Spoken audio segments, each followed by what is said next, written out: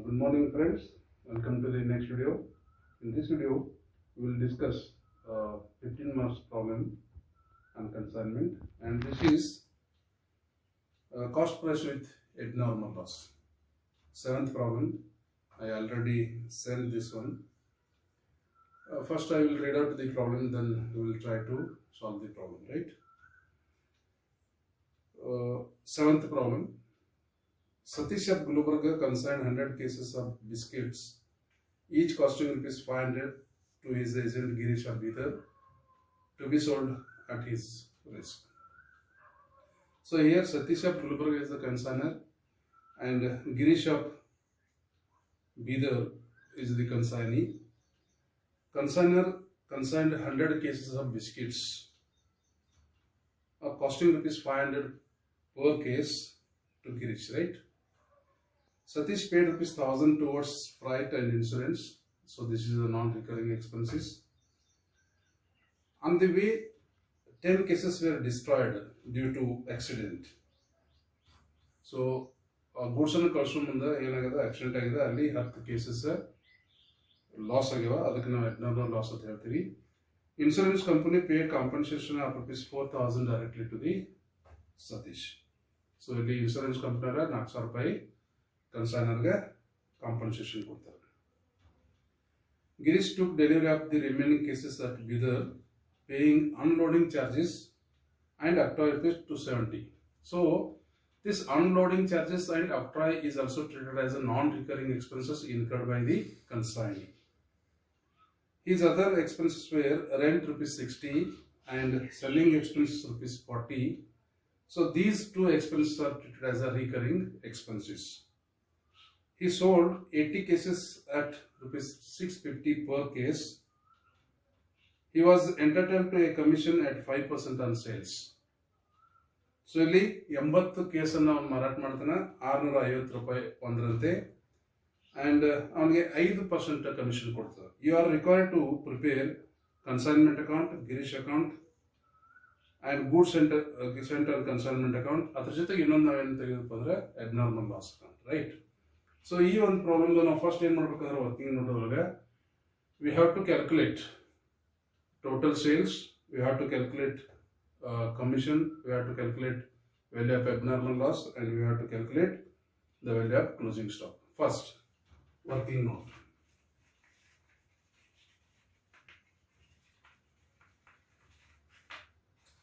First one is calculation of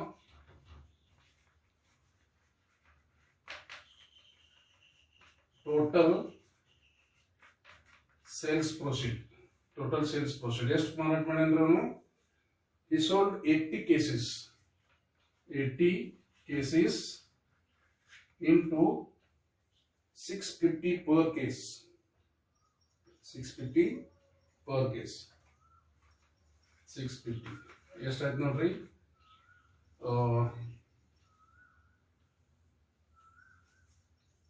Calculate.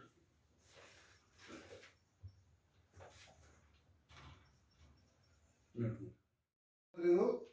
80 into 650. 80 into 650 is equal to 52,000. So this is total sale proceeding, right? Then next in calculation madandri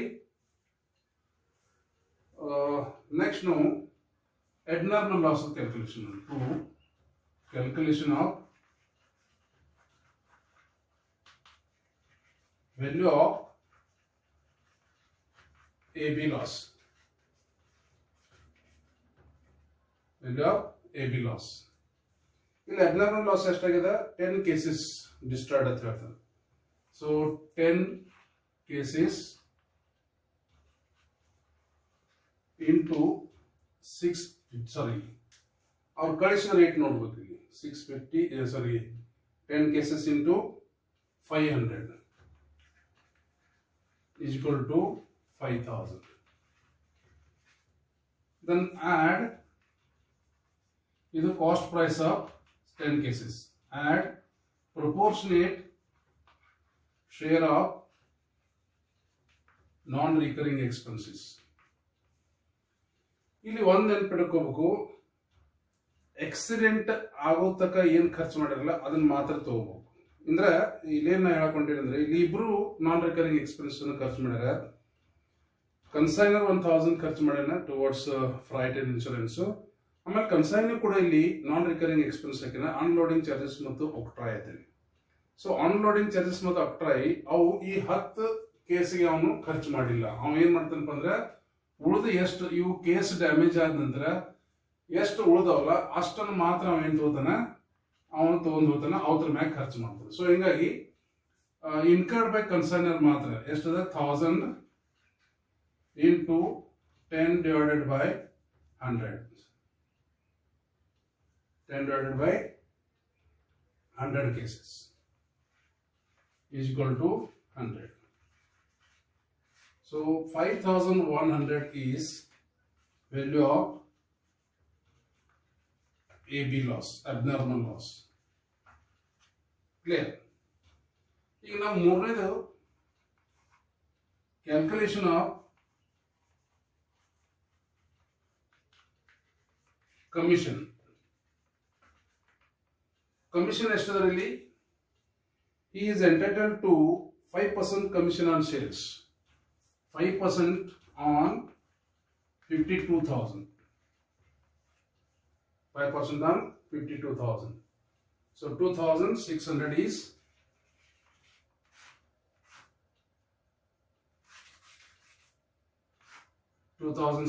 is commission.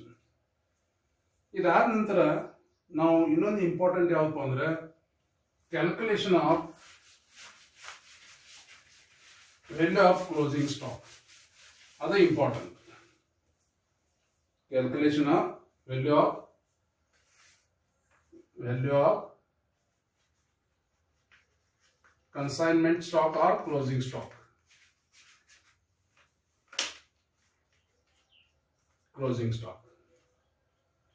So first ನಾವೇನ್ ಮಾಡ್ತೀವಿ, CP of ಈ closing stock ಎಷ್ಟು ಉಳಿತಾವ ನಿಮ್ಗೆ ಗೊತ್ತಾಗ್ತದೆ. Total ಕಳಿಸಿದ್ದು 100 cases ಕಳ್ಸ್ಯಾರ, ಅದ್ರೊಳಗೆ 10 damage ಆಗ್ಯಾವ, 90 ಉಳಿದು 90 ಪೈಕಿ 80 ಮಾರಾಟ ಮಾಡ್ಯಾರ. ಸೊ ಉಳಿದು ಎಷ್ಟ್ರಿ 10. Cost price of 10 cases into 500, this is 5,000. Then add proportionate share of non-recurring expenses. ಇಲ್ಲಿ ಮೊದಲೇದು A incurred by consignor. Consignor ಎಷ್ಟು ಖರ್ಚು ಮಾಡ್ಯಾನ? 1000 ಅದ. 1000 into 10 divided by 100. ಅವನು 100 ಕೇಸಿಗೆ ಖರ್ಚು ಮಾಡ್ಯಾನ, ಇದು 100 ಆಗ್ತದ. Then B incurred by consignee.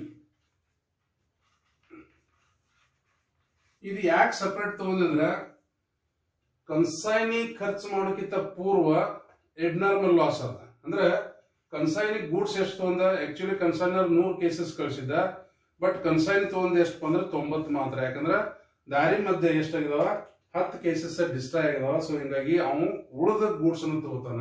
ಅದಕ್ಕಾಗಿ ಸಪರೇಟ್ ಆಗಿ ನಾವ್ ಏನ್ ಮಾಡ್ತೀವಿ ಅಂದ್ರೆ ಕನ್ಸೈನ್ ಎಷ್ಟು ಖರ್ಚು ಮಾಡ್ಯಾನ್ರಿ ಇಲ್ಲಿ 270 ಖರ್ಚು ಮಾಡ್ಯಾನ. 270 into 10 divided by 90 ತಗೋತೀವಿ. 90 ಯಾಕೆ ತಗೋತೀವಿ ಅಂದ್ರೆ ಕನ್ಸೈನಿ ಖರ್ಚು ಮಾಡಿದ್ದು 90 ಕೇಸಸ್ಗೆ ಮಾತ್ರ, 100 ಕೇಸ್ ಅವನು ತಗೊಂಡಿಲ್ಲ. ಯಾಕಂದ್ರೆ ದಾರಿ ಮಧ್ಯೆ 10 ಕೇಸ್ ಏನಾಗ್ಯಾವಪ್ಪ ಅಂದ್ರೆ ಡಿಸ್ಟ್ರಾಯ್ ಆಗ್ಯಾವ. ಸೊ ಉಳಿದ ಗೂಡ್ಸ್ ತಗೋತಾರ. ಉಳಿದ ಗೂಡ್ಸ್ ಅಂದ್ರೆ ಎಷ್ಟ್ರಿ 90 ಕೇಸಸ್. 90 ಕೇಸಸ್ಗೆ ಎಷ್ಟು ಖರ್ಚು ಮಾಡ್ತಾನೆ? 270 rupees ಖರ್ಚು ಮಾಡ್ತಾನೆ. ಸೊ ಹಿಂಗಾಗಿ ಇದನ್ನ ನಾವೇನ್ ತಗೋಬೇಕಾಗ್ತದೆ 30 rupees. ಸೊ ಇಲ್ಲಿ ಸಪರೇಟ್ ಆಗಿ ತಗೋತೀವಿ. ಯಾಕೆ ಸಪರೇಟ್ ಅಂದ್ರೆ ಕನ್ಸೈನರ್ ಇದ್ದ 1000 ಖರ್ಚು ಮಾಡಲ್ಲ, 100 ಕೇಸಸ್ ಖರ್ಚು ಮಾಡ್ಯಾನ. ಕನ್ಸೈನಿ 270 ಖರ್ಚು ಮಾಡಲಿ, ಎಷ್ಟು ಖರ್ಚು ಮಾಡ್ಯಾನ ಅವನು 90 ಕೇಸಸ್ ಮಾತ್ರ ಖರ್ಚು ಮಾಡ್ಯಾನ. ಸೊ ಹಿಂಗಾಗಿ ನಾವೇನ್ ಮಾಡ್ತೀವಿ ಅಂದ್ರೆ ಸಪರೇಟ್ ಆಗಿ ತಗೋತೀವಿ. So 5130 is value of consignment stock or closing stock. So this is the working note. ಇಷ್ಟು ವರ್ಕಿಂಗ್ ನೋಟ್ ಆದ ನಂತರ ನಾವು ಏನ್ ಬಿಡಿಸ್ಬೇಕಂತಂದ್ರೆ consignment account in the books of consignor, consignee account, goods enter consignment account and abnormal loss account. Right, ಬಿಡಿಸೋದ್ರಿ problem.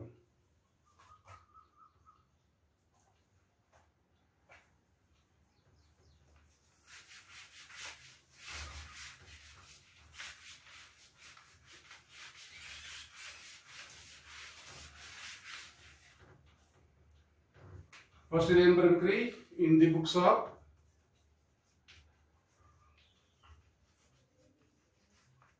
Consignor. ಯಾರ್ರಿ consignor ಅಲ್ಲಿ?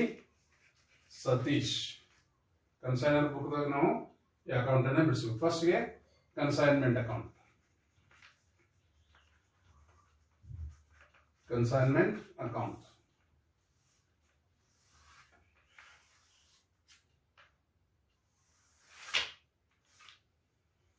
So first ನಾವೇನ್ ತಗೋತೀವಿ ಅಂದ್ರೆ to goods sent on consignment. ಎಷ್ಟು ಗೂಡ್ಸ್ ಕಳಿಸಿವಲ್ಲ ಅದರದ ಕಾಸ್ಟ್ ಪ್ರೈಸ್ ತಗೋತೀವಿ. 100 ಕೇಸಸ್ ಆಫ್ ಬಿಸ್ಕೆಟ್ ಕಳಿಸಿವಿ, ಪರ್ ಕೇಸ್ 500 ಇದೆ. ಸೊ ಅಂದ್ರೆ ಎಷ್ಟಾದ್ರಿ? 50,000. ಗೊತ್ತಿಲ್ಲ ಅಂದ್ರೆ ಇಲ್ಲಿ ಬರ್ಕೋರಿ.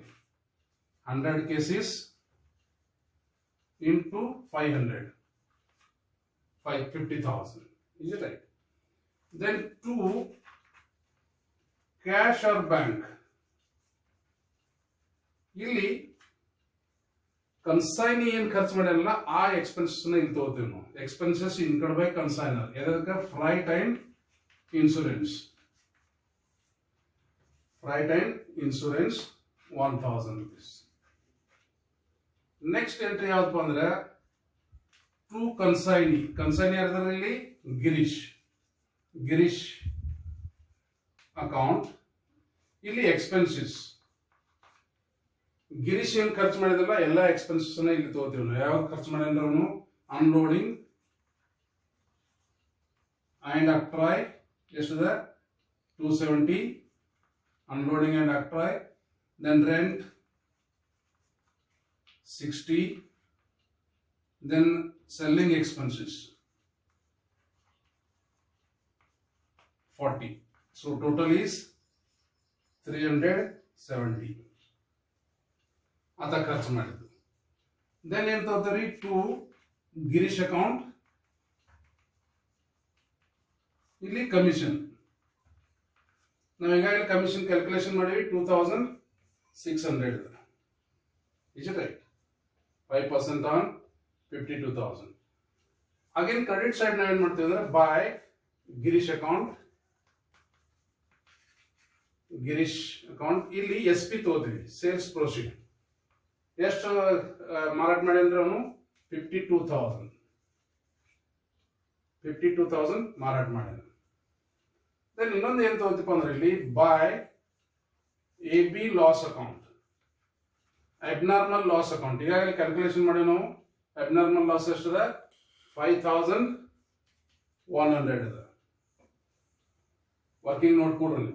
Then next by consignment stock. Value of consignment stock. ಈಗಾಗಲೇ ಕ್ಯಾಲ್ಕುಲೇಷನ್ ಮಾಡೋಣ. ಎಷ್ಟು ಬಂದಿದೆ? 5,130. 5,130. ಸೊ ಇಷ್ಟು ಎಂಟ್ರಿ ಮಾಡಿದ ನಂತರ ನೀವೇನ್ ಮಾಡಬಹುದು? ಇದನ್ನ ಕ್ಲೋಸ್ ಮಾಡಬಹುದು.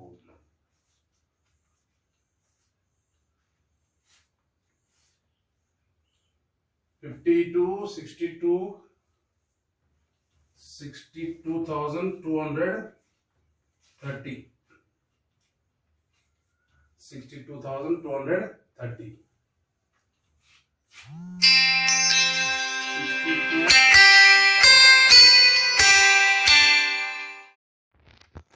ಈಗ ನಾವೇನ್ ಮಾಡಿದ್ವಿ? ಇದನ್ನ ಕ್ಲೋಸ್ ಮಾಡಿದ್ವಿ. 62,230. ಸೊ ಇದನ್ನ ನಾವು ಲೆಸ್ ಮಾಡಿದಾಗ ನಮ್ಗೆ ಏನ್ ಸಿಗ್ತದೆ? ಐದರ್ ಪ್ರಾಫಿಟ್ ಆರ್ ಲಾಸ್ ಸಿಗ್ತದೆ. ನೋಡೋಣ. 62,230 minus 50,000 minus 1,000 minus 370 minus 2,600. So 8,260 is ಇನ್ನೇನು ಕಳಿಸ್ಬೇಕಂದ್ರೆ ಜನರಲ್ P&L ಅಕೌಂಟ್ಗೆ ಕಳಿಸ್ಬೇಕು. This is the profit. Clear? So consignment account ಆದ ನಂತರ ನಾವೇನ್ ತೆಗಿಬೇಕು ಈಗ consignee account.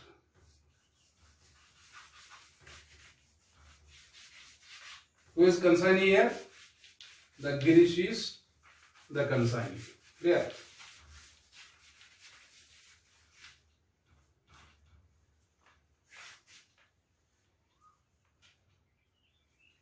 Girish account.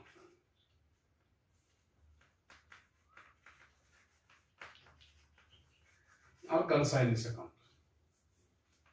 Consignment account ದಾಗ ಏನ್ ಎಂಟ್ರಿ ಆಗಿದಲ್ಲ ಅವ್ನ ನಾವು ತಗೋತೀವಿ. ಫಸ್ಟ್ ಇವ್ ಅಡ್ವಾನ್ಸ್ ಕೊಟ್ಟಿದ್ದಾನ ನೋಡ್ತೀವಿ. ಈ ಪ್ರಾಬ್ಲಮ್ ದಾಗ ಅಡ್ವಾನ್ಸ್ ಇಲ್ಲ, ಸೊ ಹಿಂಗಾಗಿ ಅಡ್ವಾನ್ಸ್ ಇಲ್ಲಿ ಬರೋದಿಲ್ಲ.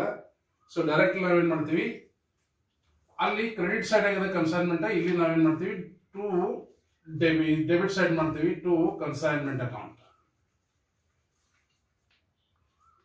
ಬ್ರಾಕೆಟ್ ದಾಗ ಎಸ್ ಪಿ ಎಷ್ಟದರಿ 52,000. ಕ್ಲಿಯರ್? ದೆನ್ ಬಾಯ್ ಇಲ್ಲಿ ಅಡ್ವಾನ್ಸ್ ಕೊಟ್ಟಿದ್ರೆ ಫಸ್ಟ್ ಎಂಟ್ರಿ ಮಾಡ್ತೀವಿ, ಅಡ್ವಾನ್ಸ್ ಕೊಟ್ಟಿಲ್ಲ, ಸೊ ಹೀಗಾಗಿ ಏನ್ ಮಾಡ್ತೀವಿ to cash to consignment account. ಇಲ್ಲಿ ಎಕ್ಸ್ಪೆನ್ಸಸ್ ಏನೇನ್ ಮಾಡಿದನ್ರಿ, unloading 270, then rent 60, then selling expenses 40, total 370. Then by consignment bracket ಒಳಗೆ ಕಮಿಷನ್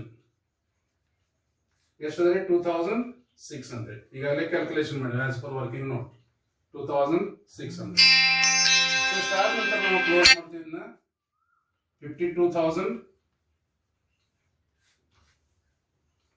So 52,000 by bank. ಇಲ್ಲಿ ಬ್ರಾಕೆಟ್ ದಾಗ ಏನ್ ಮಾಡೋದು ರಿಸೀವ್ಡ್ ಅನ್ಬೇಕು. ರಿಸೀವ್ಡ್ ಎಷ್ಟ್ರಿ 52,000 ಅದಾಗೆ ಅದು ಲೆಸ್ ಮಾಡಿದಾಗ ನಮ್ಗೆ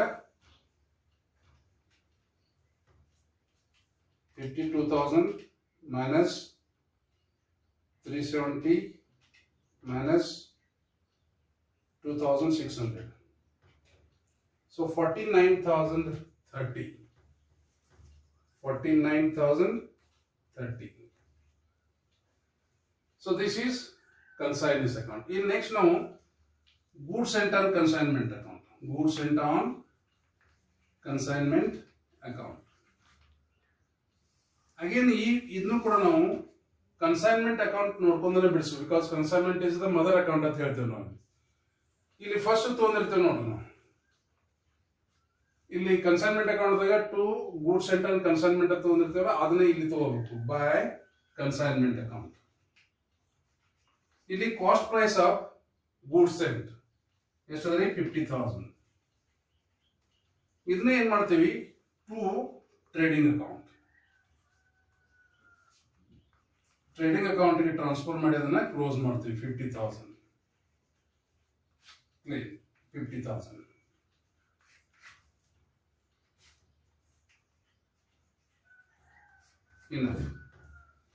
ಇನ್ನೊಂದು ಅಕೌಂಟ್ ಯಾವ್ದು ಇತ್ರಿ, ಅಬ್ನಾರ್ಮಲ್ ಲಾಸ್ ಅಕೌಂಟ್.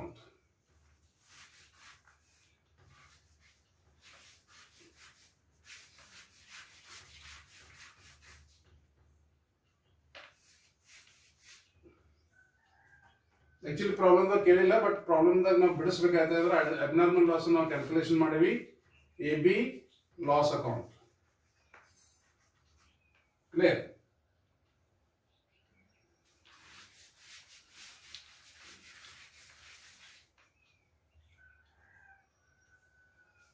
ಕನ್ಸೈನ್ಮೆಂಟ್ ಅದೊಳಗೆ ನಾವು ಕ್ರೆಡಿಟ್ ಸೈಡ್ AB ಲಾಸ್ ತಗೊಂಡಿದ್ವಿ. ಇಲ್ಲಿ ಏನ್ ಮಾಡ್ತೀವಿ ಅದನ್ನ ಟ್ರಾನ್ಸ್ಫರ್ ಮಾಡ್ತೀವಿ ಟು ಕನ್ಸೈನ್ಮೆಂಟ್ ಅಕೌಂಟ್. ಬ್ರಾಕೆಟ್ ದಾಗ AB ಲಾಸ್ ಅಂತಂದ್ರೆ value of AB loss. AB loss means abnormal loss. ಎಷ್ಟದ್ರಿ 5,100. ನಮಗೆ ಇನ್ಶೂರೆನ್ಸ್ ಕಂಪನಿಯವ್ರು ಕೊಟ್ಟಾರ ಬೈ ಇನ್ಶೂರೆನ್ಸ್ ಕಂಪನಿ. ಕಾಂಪನ್ಸೇಷನ್ ಎಷ್ಟು ಕೊಟ್ಟಿದ್ದಾರೆ? ಇದು 4000 ಕೊಟ್ಟಿದ್ದಾರೆ directly to the consignor. So ಇದನ್ನ ಕ್ಲೋಸ್ ಮಾಡ್ತೀವಿ. 5100, this is 5100. So by profit and loss account, it is a loss. 1100 is loss. Bracket daga loss at the new report. So each account you will get 15 marks. Okay, thank you friends.